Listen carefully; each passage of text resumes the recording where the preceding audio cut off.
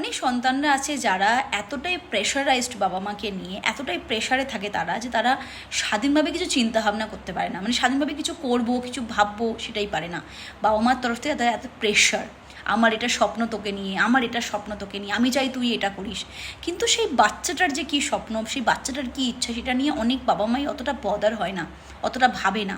কিন্তু একটা জিনিস ভাবতে হবে যে সন্তানরা আমাদের ফিক্সড ডিপোজিট নয়, বা সন্তানরা আমাদের ইনভেস্ট নয় যেটা ভেঙে আমরা বৃদ্ধ বয়সে খাবো। সন্তানরা আমাদের আনন্দ, আমাদের জীবনের কাটানোর একটা একটা মুহূর্ত, যেটার জন্য আমরা তাদেরকে আমাদের জীবনে নিয়ে আসি। অনেকে আছে সন্তানরা এই কারণেই চায়, সন্তান চায় সারা জীবন তারা একাকী করে থাকবে, বা অনেকে এই কারণে চায় বৃদ্ধ বয়সে আমরা কি করব।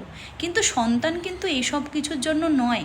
তাদের একটা আলাদা জীবন, তাদের একটা আলাদা সত্তা, তাদের একটা আলাদা পরিচয়, তাদের একটা আলাদা ইচ্ছা থাকতে পারে। এবং অ্যাজ আ প্যারেন্টস, বাবা মা হিসেবে আমাদের কিন্তু আমাদের সন্তানদের সেই মর্যাদাটা দেওয়া উচিত, সেই স্বাধীনতাটা দেওয়া উচিত অ্যাটলিস্ট, যে তারা জীবনে কি করতে চায়, তারা জীবনে কোনটা নিয়ে ভাবতে চায়, কোনটা নিয়ে এগোতে চায়, তারা স্বতঃস্ফূর্তভাবে সেটা সিলেক্ট করতে পারে।